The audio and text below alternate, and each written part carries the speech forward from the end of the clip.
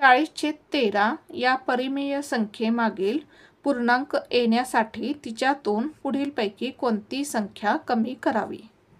प्रश्न काय आहे? 40/13 ही परिमेय संख्या मागील पूर्णांक येण्यासाठी तिच्यातून कोणती संख्या आपल्याला कमी करावी लागेल, म्हणजेच वजा करावी लागेल. कसं सोडवायचं पहा उदाहरण. कोणती परिमेय संख्या आहे? 40/13. आता याचं रूपांतर आपण पूर्णांकयुक्त अपूर्णांकामध्ये करून घेऊ. बघा 40/13 जर आपण केलं तर 13 39. 40 वजा 39 किती येईल? 1 येईल. म्हणजेच आपला पूर्णांकयुक्त अपूर्णांक येईल, पूर्णांक येईल 3.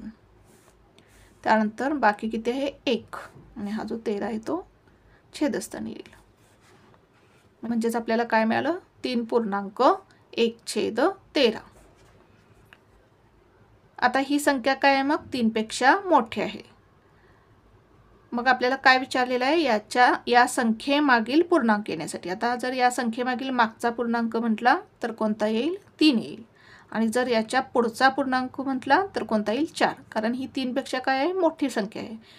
3.1/13 म्हणजे काय? ही 3 पेक्षा मोठी संख्या आहे. मग आपल्याला मागचा पूर्णांक विचारले म्हणजे कोणता येईल? 3 येईल. जर पुढचा विचारला असता तर कोणता आला असता? 4 आला असता.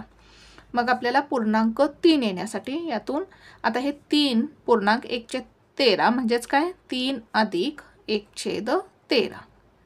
मग आपल्याला 3 हा पूर्णांक, याच्या मागचा पूर्णांक म्हणजे 3 हा पूर्णांक मिळण्यासाठी यातून कोणती संख्या कमी करावी लागेल? हे जर 1/13 आपण याच्यातून काय केलं? वजा केलं, याच्यातून कमी केलं तर आपल्याला काय मिळेल?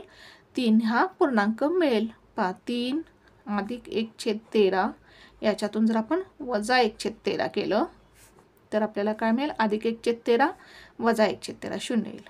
म्हणजेच काय मिळेल? 3 मिळेल. याच्या मागचा पूर्णांक 3 मिळेल. म्हणजेच आपल्याला कोणती संख्या कमी करावी लागेल याच्यातून?